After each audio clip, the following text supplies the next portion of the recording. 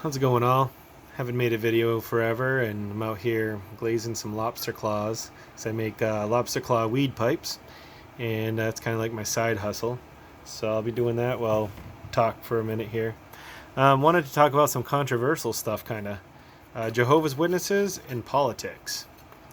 I'm gonna give you, in case you don't know, I'll give you a brief history of me. I was a Jehovah's Witness till I was 34 years old. Um, I left because I watched a lot of YouTube videos and read a lot of information about cults, and decided that the witnesses were a cult and didn't want to be part of it. And I just wanted to share some of that information with you because of what we're seeing now. So I left because a cult is identified by what's called the BITE method. It's kind of like a standardized way to identify a cult. It's an acronym for behavior control, information control, thought control, and emotional control. So if somebody can control those aspects of your life, then they're on the road to being taking control of your thoughts. And most cults employ that in order to keep their members.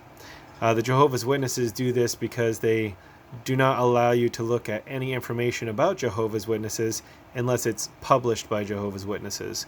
So any information you find out about witnesses online, or if there's any legal cases that are happening around the world, you're only allowed to get what Jehovah's Witnesses tell you about the case. You're not allowed to actually look at a news article about it for fear of the devil entering your thoughts, because they tell you that all that information is from the devil, and that the only information you can rely on is what they print for you. So that's how the witnesses keep you from, leaving, and kind of keep you sucked into their mindset.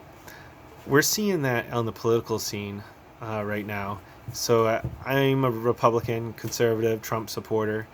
If that just triggered you to thinking I was a racist or a bigot, that would be exactly what the witnesses did to people as well.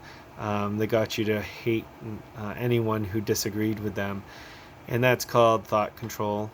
Um, if you have a preconceived hatred of anybody, whether it's on race or their gender or anything like that, their sexual orientation, if you automatically hate somebody, that's discrimination. And it's taught to be normalized right now. A lot of hatred coming from people that don't like Trump and don't like his supporters. And there's lots of justifications. You can come up with lots of reasons why. As a Jehovah's Witness, I could come up with lots of reasons why that I would hate someone who left the witnesses, because I was taught those things. I was taught reasons why, oh, if that person leaves the witnesses, then they're controlled by Satan and they're drug users, or which I make weed pipes, so that part's true. But all sorts of reasons why to hate someone who leaves the witnesses, that they'd left God and turned their back on God. And I feel like people who immediately hate someone who's a Republican or a Trump supporter has learned that from, I don't know, their media, their friends, wherever they're learning it from. It's happened in my family. I started reaching out to family once I left the witnesses, because I wasn't really allowed to talk to the family that wasn't witnesses. I could talk to them, but they weren't good association, so I stayed away from them. But I got a lot of hate from a family member, two family members actually, telling me that I was a killer and that I was a Nazi and all sorts of crazy stuff.